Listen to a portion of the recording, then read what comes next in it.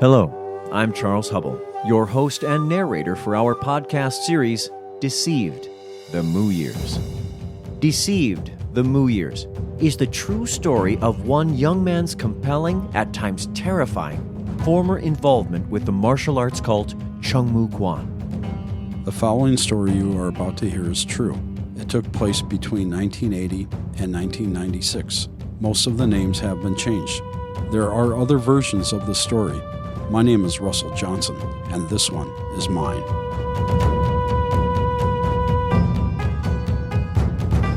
In 1990, Russell Johnson's attorney suggested to him that she felt that Chung Moo Quan was a cult.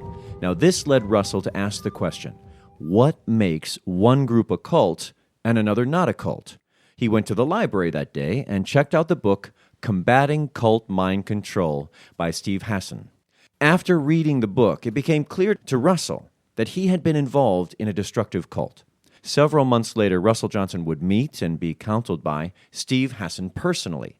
And in 1991, Hassan alerted Russell that a Boston Phoenix newspaper reporter was writing a story. Russell decided to speak with the reporter, and this would be the first time that Russell spoke publicly. In this interview he did for an article titled Chung Moonies. Steve Hassan, welcome to the program, and thank you. We know your time is valuable. Yeah, my pleasure, and thanks to Russ for sharing his story. So let's begin.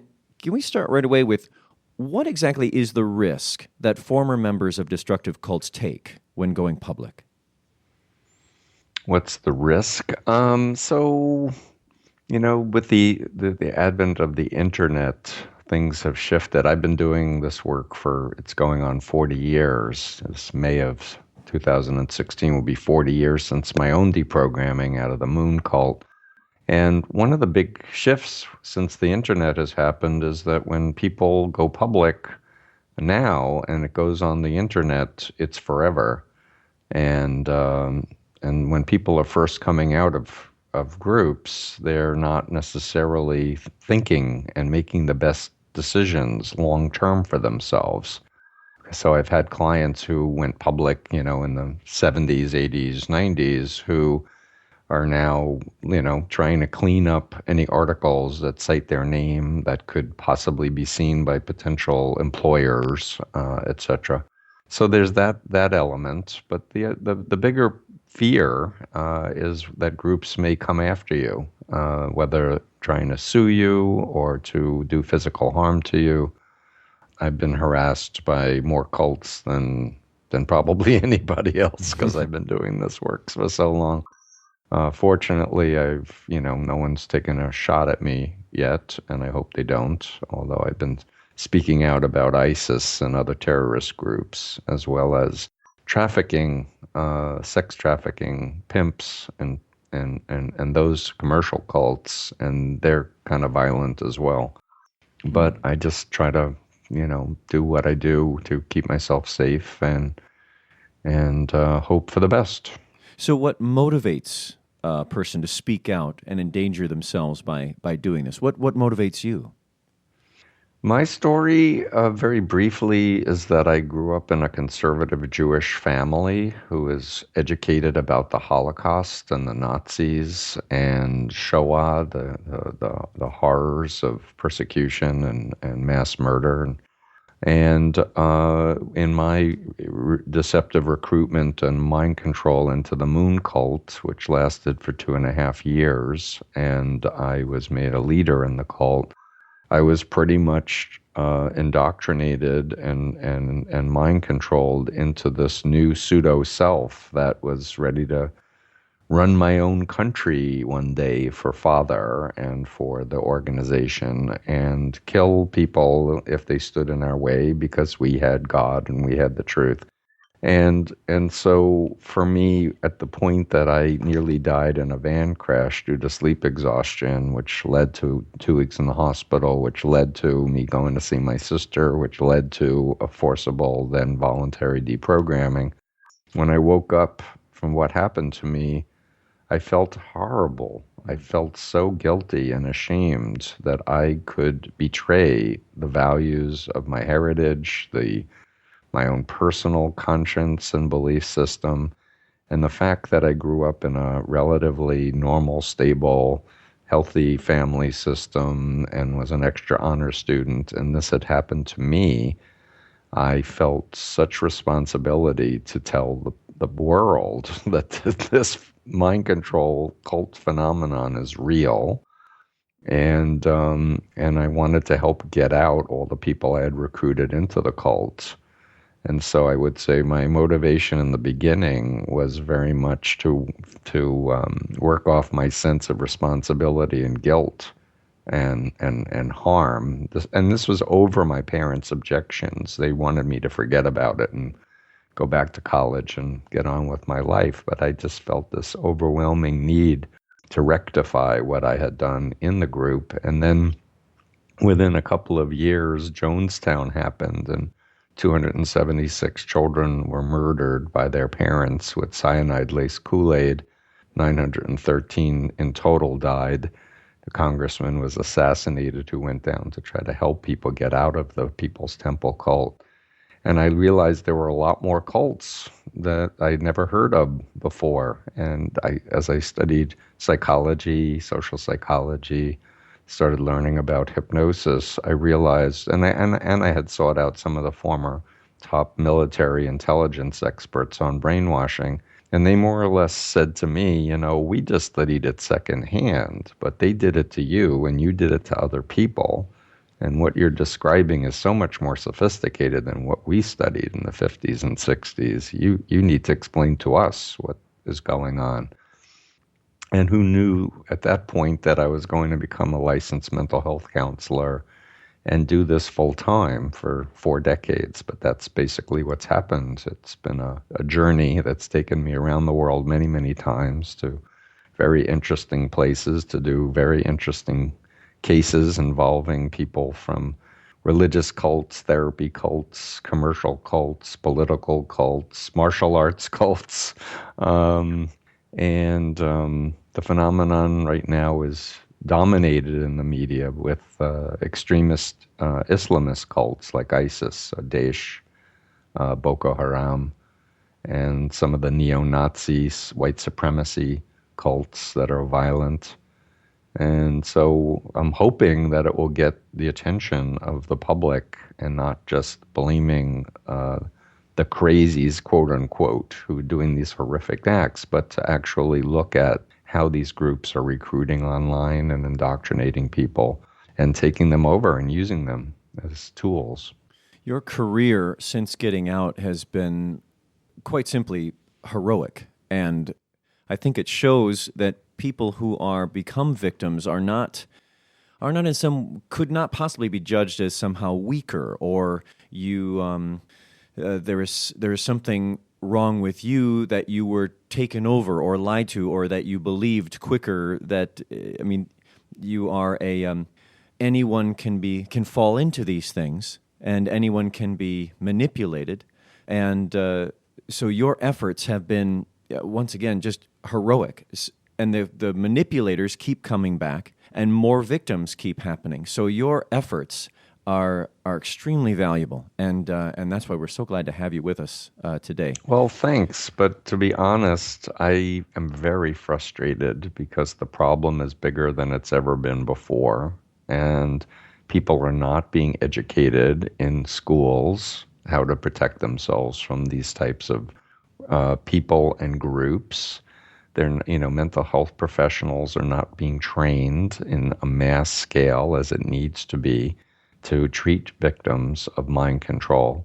And so people are being misdiagnosed, they're being given medication, often put in psychiatric wards, when in fact they're a victim of a man-made mental illness. So I thank you for doing this program, and I thank Russ for telling his story, and I think it's incredibly important. During this podcast series, we ask, who is this John C. Kim? So during the federal trial, witnesses reported being told by Kim that he came here to America with a plan to screw the American people. One of our questions we ask here is where Kim's knowledge of mind control and manipulation come from. And I understand that many leaders of destructive cults had at one time been members themselves of destructive cults, which leads me to think about the abused become the abusers, that there's a chain there, and perhaps you can speak on that. But some former members of the Moo had been told that John C. Kim and the Reverend Sun Myung Moon actually knew each other. So that leads me to question, did they learn mind control in the same place? Yeah, so the founder of the cult that I was in, the Moonies, his name is Sun Myung Moon. I don't like referring to him as a reverend because he never went to a real seminary. He bought an honorary degree by donating money, but I really don't like to call him a reverend. What I learned when I got out of the cult, and I should also say there was a congressional subcommittee investigation that was taking place at the point that I got out of the cult, and this subcommittee investigation was initiated because a former number 2 person in the South Korean embassy defected and said, my country has a plan for covert operations in your country. And then a KCIA agent affected with the actual written plans. So they were looking into this, and the written plans included the Unification Church and the Moon organization. And so at the point that I left the group and left with a lot of internal documents as a leader, I was approached to be an expert witness for this investigation. And so I naively, in 1976, when I got out, believed that the U.S. government was going to shut the Moonies down because they're doing anti-democratic, illegal behavior on so many different levels. And so I said to them, I'll cooperate, I'll answer any of your questions, I'll give you all my documents, but please don't put me on the stand because I'm afraid for my life. And my life had been threatened at that point by the cult. But it wasn't until the final report came out and it was October 31st of 1978, and that was 18 days before the Jonestown massacre, where Congressman Ryan was killed, and he was on that House subcommittee investigation, in fact. It was at that point that I said to myself, I need to read the documents from this investigation, not just the final report, which had 80 pages out of 400 and something on the Moonies, and talked about the Korean CIA and the CIA and the Moonies, and said there was a link. But I actually read the entire transcripts of all of the investigation, and what came out very clearly is that in the early 60s, as there was, virulent Cold War issues, the Cold War issues were very hot, and we were fighting communism, and we were in Vietnam as the United States trying to stop this evil menace. North Korea was brainwashing its people very thoroughly and still is. And there had been 2 coups d'etats in South Korea. And apparently the CIA said, we need to stabilize South Korea. And so we're going to help establish the Korean CIA. We'll teach them how to do it. We'll train them. And it was the founder of the Korean CIA who was interviewed for this investigation, and he said that he, quote, organized and utilized the Unification Church for use as a political tool, unquote. And they created a front group called Victory Over Communism, and what it apparently was a South Korean re-education program of South Korean dissidents who didn't like the government, to get them to stop protesting the government and trying to create an overthrow of the government. And so there was this, terrible idea, but it was, in fact, apparently practiced, for us to do mind control on South Korean people to make them obedient to the South Korean dictatorship. And it was only as the anti-Vietnam War protest movement was ramping up and there was pressure to withdraw from South from South Vietnam, and that somebody said, let's bring the Moonies over to the United States and let's create student clubs on campuses to rally why we need to have a strong military presence and fight communism.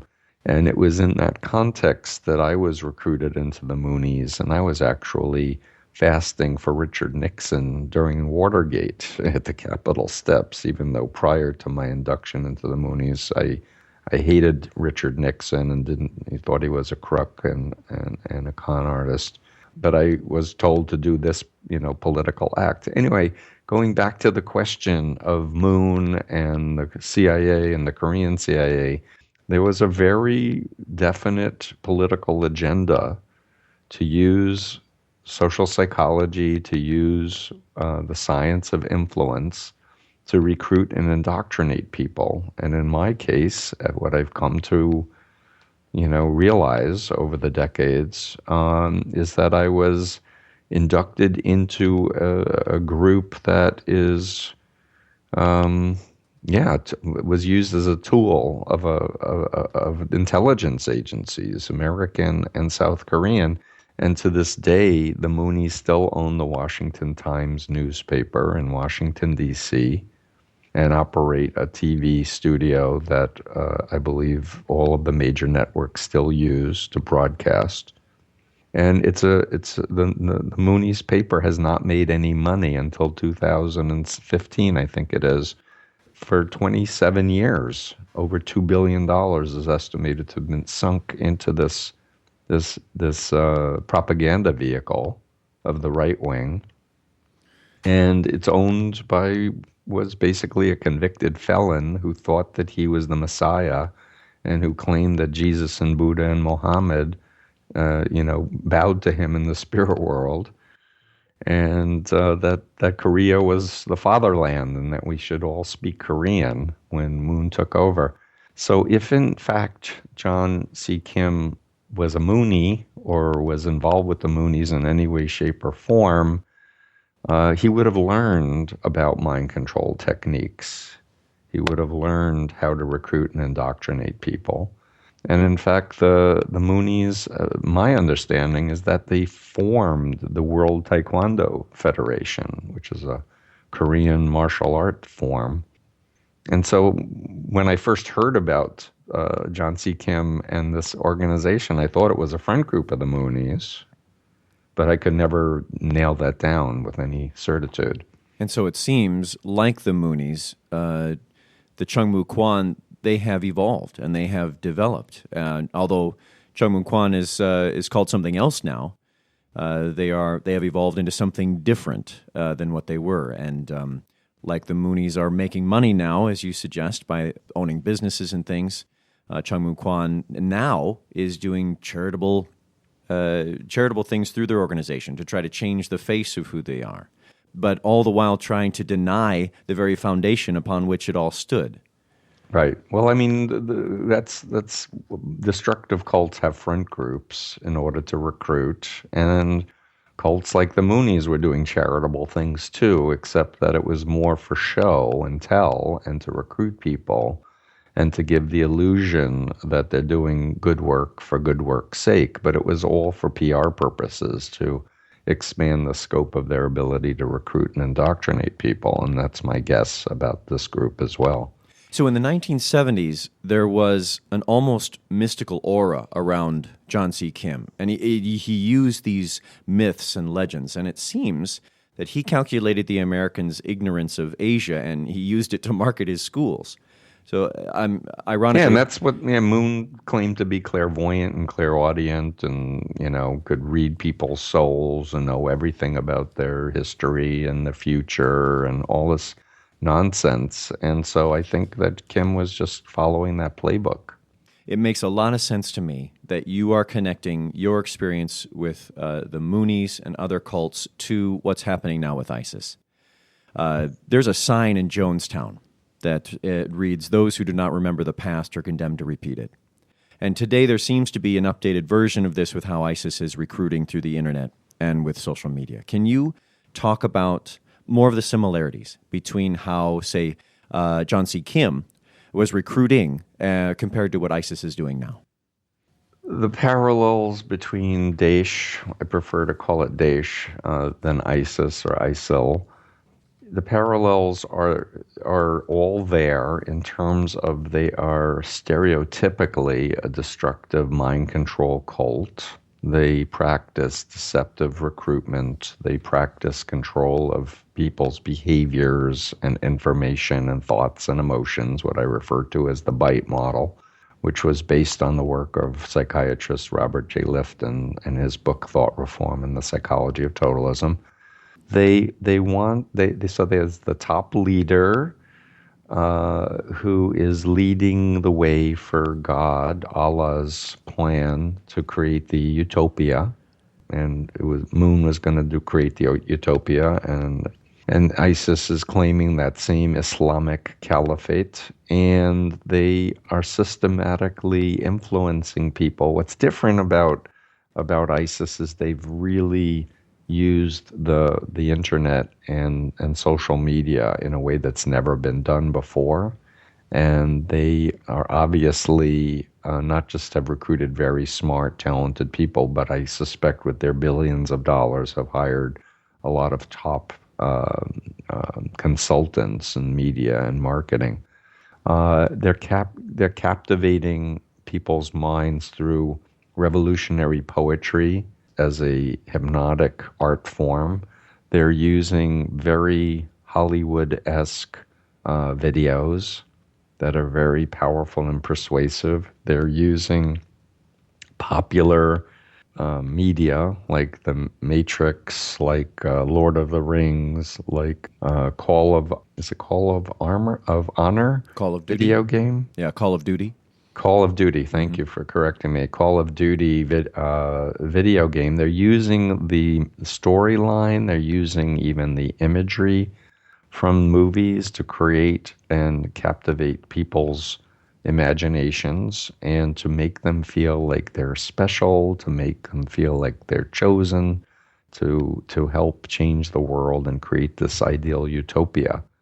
And in the classic cult model way, they're breaking down people's sense of selves. It depends on whether or not they're in Syria or Iraq or some place that has tremendous amount of dislocation and fear and poverty and disruption. It makes it easier to recruit people, especially if you say convert or die. But in terms of Westerners and Europeans, they're capitalizing on people's needs to want to fit in, to want to feel like they're important. They're using dating services online to find eligible bachelors and women and match them up and give them a husband or a wife. And later they find out that they're going to be in this group.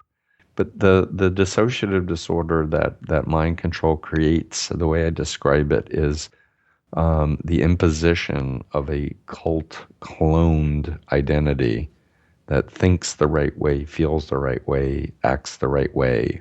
And this new self, this cult self, suppresses a person's real self or authentic self and tries to minimize that real self, tries to squash it, to isolate the person away from family and friends and from activities that they like to do. For example, I was a creative writing major in college before I was recruited into the Moonies, and early on in my recruitment, they convinced me to throw out my poetry as an act of faith, like Abraham was asked to sacrifice Isaac, his beloved son. They asked if I would be that committed to God to throw out my poetry. But unlike the biblical story where Isaac wasn't killed, my poetry got thrown out. But it was an effective technique for them to separate me from the years of my identity as a creative artist. So it's almost a role that someone would put on until that role suppresses, like you said, the authentic self in such a way that the authentic self could be completely lost. I think that's a good analogy about a role or a script, and it calls to mind a very famous social psychology experiment called the Zimbardo prison study, or the Stanford prison study that he did in 1971, where he took healthy young men, randomly divided them into prisoners and guards, created a mock prison in the basement of the psychology building, and people became their roles. The guards, were given a uniform and mirrored sunglasses and a billy club, and the prisoners were given a number and a smock and a little chain and padlock on their ankles. And within a few days, people forgot they were in an experiment that they had volunteered for.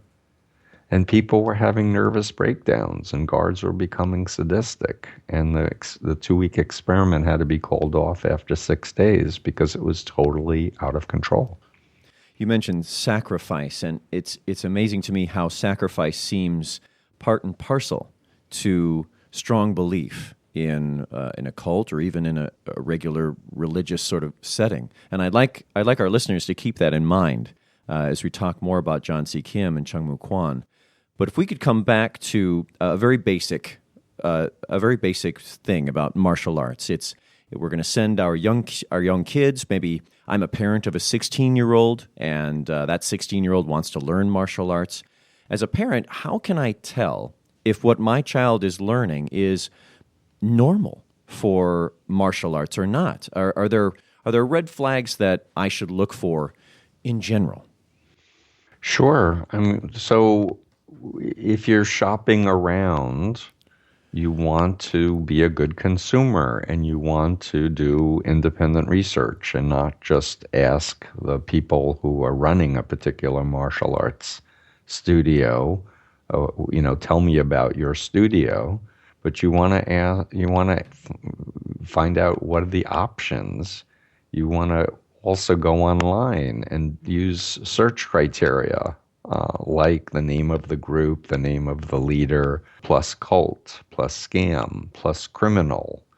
And you don't want to just settle for the first 10 hits, because the bigger destructive cults know how to manipulate search engines and bury critical information about themselves. You want to adopt the attitude of a good consumer. You want to ask questions like, who is the founder? Who owns this? What are his or her credentials? And you don't want to just accept that they say that they're head of a federation. You want to check out, is that federation real? Or is it made up? Or is it made up by the person, as was the case with John C. Kim? You want to go to competitors and say, I'm thinking of your gym, I'm thinking of other dojos. What do you think of this other one? And look for former members, look for critics. You want to ask those critical questions of, is there a contract? Let me get a copy of the contract. Let me bring it to my attorney. Let me compare it with other similar organizations. Do they have this contracts like this? How much is it going to cost? What would you like to see as far as educating the public about these kinds of groups? Do you think it's as basic as maybe focusing on critical thinking skills? Or no, I think critical thinking skills is a piece of it, but I think educating people about social psychology is absolutely vital.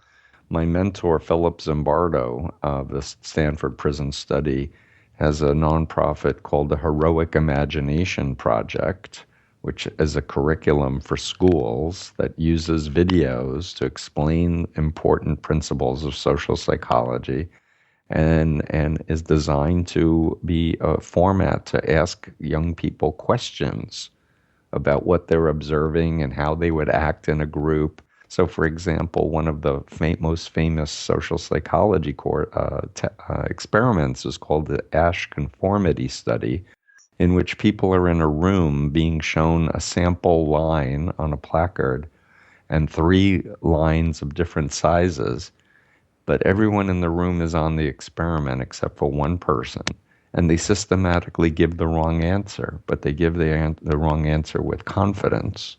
And this study has been replicated thousands of times around the world, and 2/3 of everyone doing this start giving the wrong answer, even though they can see with their own eyes what the right answer is. And it shows the power of the group It shows the power that we want to fit in. And it's really uncomfortable to be the naysayer or to be the dissonant. And in his program, he wants to encourage people to be heroic and do the right thing. And in the case of that particular experiment, it's not just to say what you see is the right answer, but to get out of your chair and measure. If the question is which line is the same size, we know mathematics, 1 equals 1, 2 equals 2. Mm-hmm. And so and that's where the critical thinking skills also come in of, you know what? If something is real, it will stand up to investigation. It will stand up to scrutiny. Or another classic experiment, the Milgram obedience study, where someone has a lab coat and is ordering someone to give electrical shocks to another person. It turns out there weren't never electrical shocks, but the person believed they were giving shocks and harming another person. 2/3 of the people doing the experiment symbolically electrocuted another human being in less than an hour because a guy in a lab coat ordered them to, because it was science, because they had made a commitment to the experiment. And it was really important to finish the experiment. And they violated their own conscience. They were hearing screams from the other room. Of course, they were tape recorded, but they were not getting up and walking and saying, "Are you okay?" 2/3 killed another person.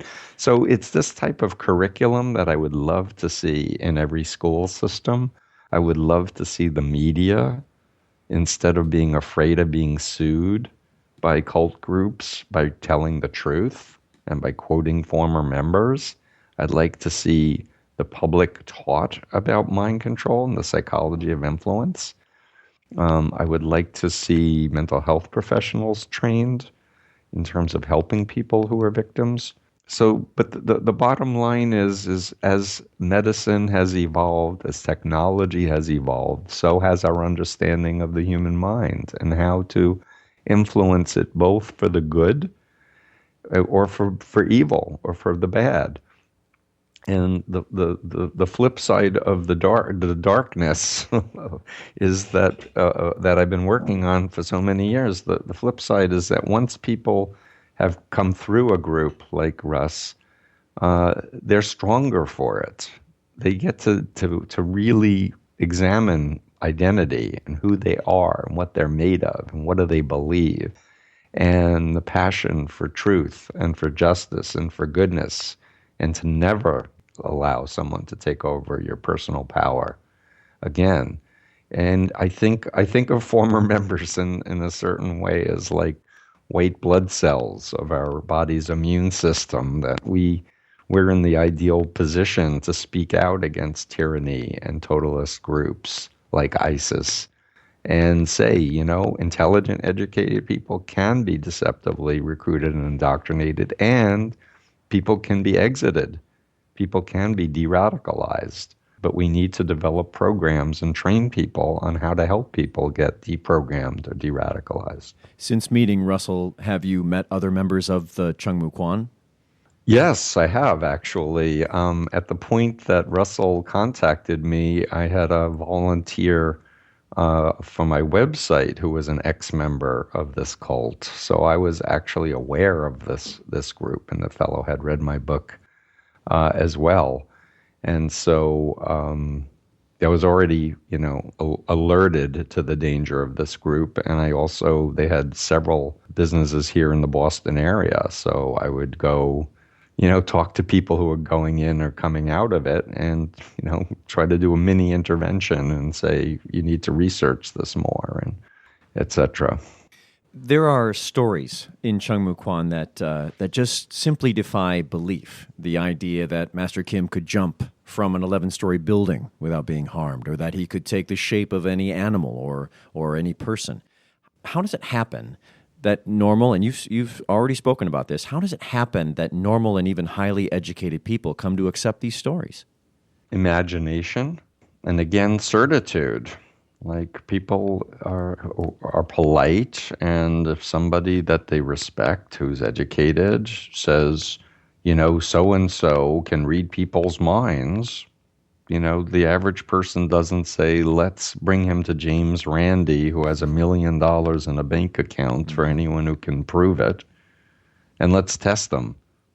Right. Unless you're educated about it, in which case you can know to say things like that. It really comes down to the mind control environment, the sleep deprivation, if the group is practicing it. Like ISIS will keep people up all night long looking at videos, indoctrination videos, or people will be texted or called, or discussion boards all night long. And so there's sleep deprivation, or people are isolated from family members and friends. ISIS will say, and don't tell your parents and don't tell anyone that we're talking, because they won't understand, and they'll talk to the FBI, and then you'll be arrested and they'll torture you. Or there's this international conspiracy of Freemasons and Jews and the CIA, and therefore don't do this or that. But I honestly, I'm working with victims of Mark Gaffney, who's a defrocked rabbi, who, and some of his victims, he hypnotically programmed them to believe that he could read their minds, and he could teleport and do astral projection and soul travel, and he knew everything that they were doing to make them afraid about speaking out against him and such. Do they have similar traits? Do people coming out of the cults, do they have similar traits like PTSD, for instance? Yeah, that post-traumatic stress disorder is a very common symptom. I'd say lack of trust. I would say identity confusion. One of the universal mind control techniques is something I call phobia indoctrination, which is the implantation of irrational fears that if you question the leader or leave, terrible things will happen to you. And in my book, Freedom of Mind, I actually have a whole chapter on phobias with 4 pages, single-spaced, of the most common phobias I've encountered in my career. Everything from if you leave, you'll be hit by a car, die of cancer, get AIDS, be possessed by evil spirits, you'll be reborn 1 million times as a toad, just, ridiculous things. But when they're installed hypnotically, programmed in people's unconscious, they can't imagine being out of the group happy and fulfilled. They can only generate negative movies in their mind of terrible things happening. In cults that like Chung Moo, I've heard people report that they would actually go out and beat up people who were leaving the group or speaking out. And certainly with ISIS, there's a real justification of fear that if you leave the group and speak publicly, they might try to harm you physically. That hasn't stopped a lot of the former members from speaking out, but I'd say most of the mind control cults in the U.S. do not do the physical stuff, but they all do this phobia programming in people's minds. They also teach a technique called thought stopping, to shut down any critical thoughts or questions or doubts. So in the Moonies, we were told that if you have a doubt or a question, it's because of some evil spirit invading you. So you should chant or pray or meditate or sing a holy song to get rid of that negative entity that's trying to invade your mind. So, for example, my father in 1974 read that Moon had an M16 gun factory in South Korea, and he called me up thinking it would convince me to leave the group. He said, "Steve, Moon has an M16 gun factory." And as soon as he said that to me, I immediately started chanting, "Crush Satan, glory to heaven, peace on earth, glory to heaven, peace on earth, true parents, true parents, true parents," because that's what I was trained to do, to shut down any persecution, quote unquote. And so as a good cult member, I was doing this practice on myself of mind control, but I was taught to do it. And it was my cult identity that was doing it to my real identity. So you've got cult behavior that can go after someone physically with attacks and real obvious destructive behaviors. But then on the other side, you have things that destroy and take down a person's identity.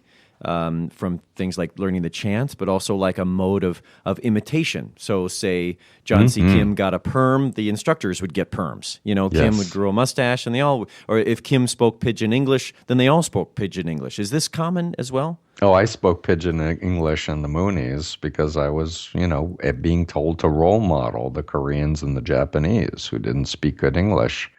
Yeah, so this is part of what we refer to as cloning in the image of the leader and the sub-leaders. And so being a unique person who's making their own decisions is anathema to people in mind control cults. They want everyone to think the right way, feel the right way, act the right way, be obedient, unquestioningly obedient, and loyal. So they drill it into you. We are coming to the end of our hour, and I just want to talk a little bit about the leaders of these cults.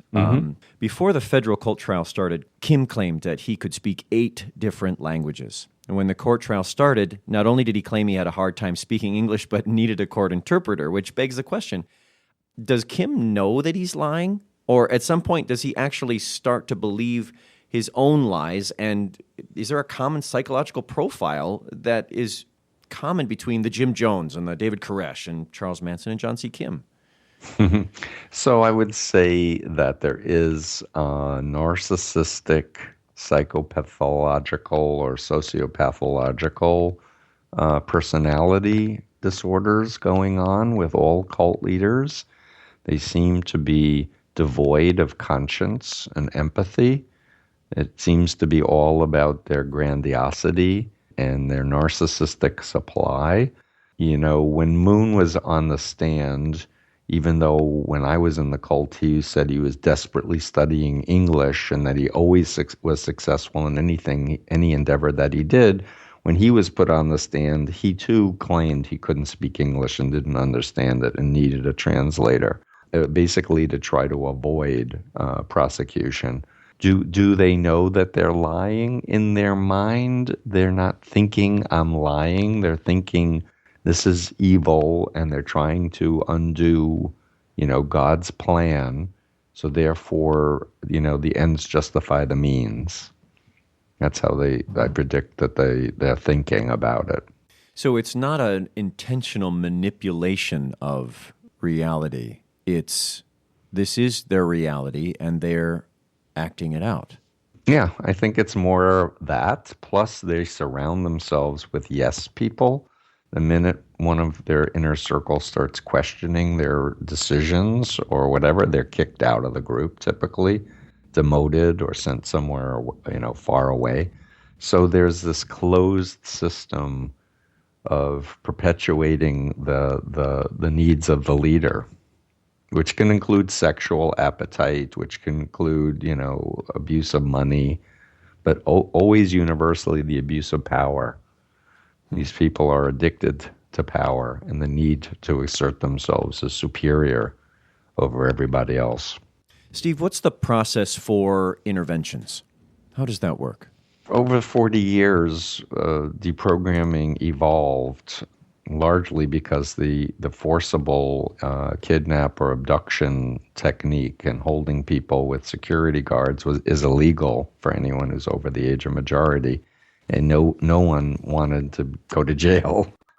So it was something I was involved with for a year, and at the point that there ceased to be legal ex parte conservatorship awards by judges, and it was completely illegal, I just started doing voluntary interventions. And so I was doing those for years, but that relied on family members and friends loving connection with the person and pleading with them to hear another point of view, and coaching them about that. And then when smartphones cell phones and smartphones came into existence and the internet came into existence, it became really hard to have any type of surprise voluntary intervention because cults are keeping track of people. They know the GPS, where they are. They're texting them all the time. They keep them typically very busy on a rigid schedule. So to get 2 to 3 days away from any contact with the group became almost impossible.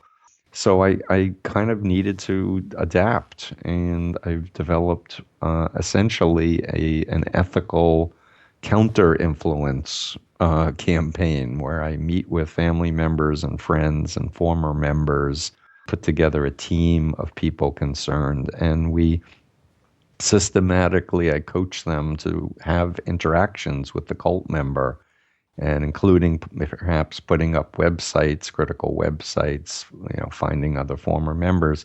We do a campaign to try to get the person to step back and research the whole issue of cults and mind control. The Achilles heel with anyone in a mind control cult is that when you're in one, you don't think you're in one, but other groups are bad. So, like when I was in the Moonies, I knew Scientology was a cult. I knew the Krishnas were a cult. I knew the Children of God were a cult. And if my parents had been coached by Steve Hassan, they would have been engaging me in conversations about these other groups and how they manipulate and how they deceive and how they usurp free will and how the leaders are not who they say they are, and would be explaining Chinese communist brainwashing strategies to someone in a cult.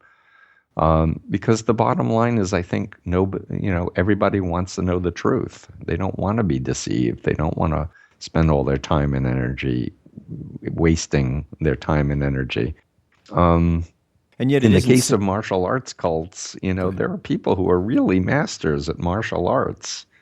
And, if somebody approached me today who is in a Chung Moo organization or something, one thing that a relative could do, a brother or sister or whatever, is say, I have a martial artist. I want to see your best person take on my best person.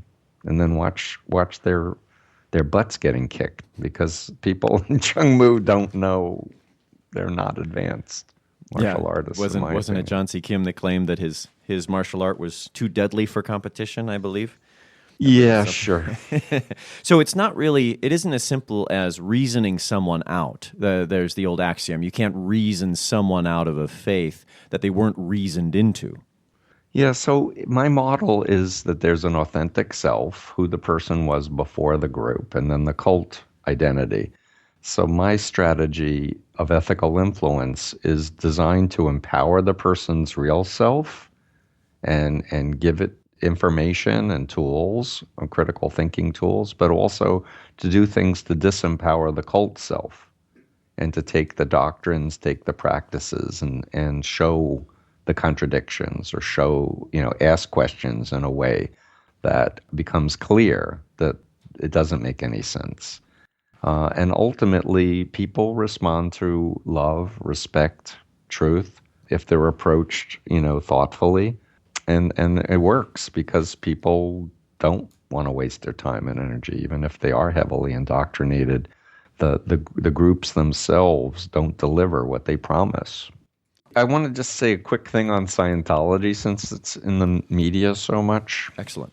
And it goes back to the thing about, having these powers and everything. Yeah.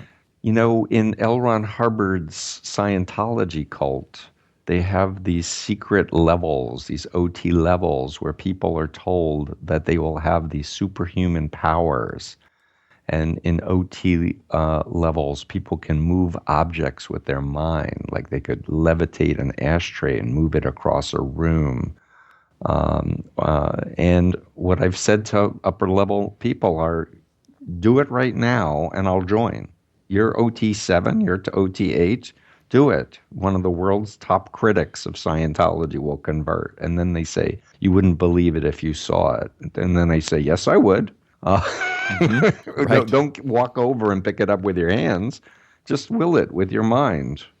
Or they say, I don't want to reduce my powers to a parlor trick. I'm like, so don't. Just do it and you'll get the... So that kind of challenge. Or Maharishi Mahesh Yogi, TM, Transcendental Meditation, which is having a comeback with the Lynch Foundation. He claimed that people could walk through walls or become invisible, or they could levitate and float across a room. And if you look at the people who paid the money for the levitation, they're hopping on mattresses in lotus position, but they believe they're levitating.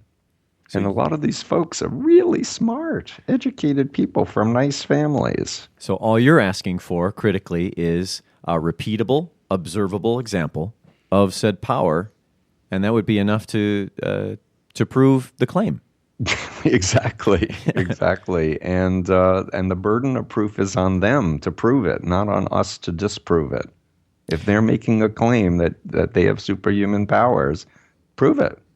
Indeed, absolutely. And as far as my books go, I have the updated edition of my 1988 book, Combating Cult Mind Control, that I added terrorist cults to. I added sex trafficking pimps to. I have the story of a woman who was recruited at Emory University. I included people who were born into cults, including the Jehovah's Witnesses in the 2015 Combating Cult Mind Control. And the other book that's significant if you want to help a friend or a loved one get out is my book, Freedom of Mind.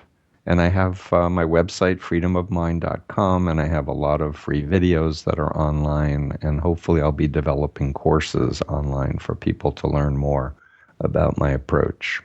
This has been a remarkable interview, and thank you for sharing your valuable time with us. Steve Hassan, the author of Combating Cult Mind Control. Look for it, find it. Thank you, Steve, so much for discussing all of this with us today. Oh, you're very welcome. Excellent. Have a great day. Great. Thank you.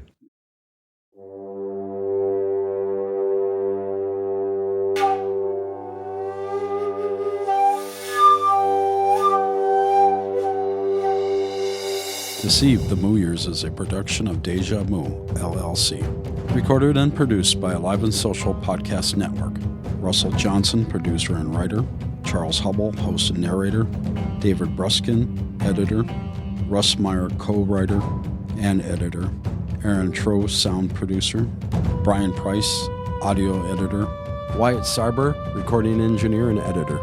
Woon Tae Ryu is our advisor in South Korea. Authentic is our advertising representative. Deceived, the Moo Years is represented by Young Entertainment Law.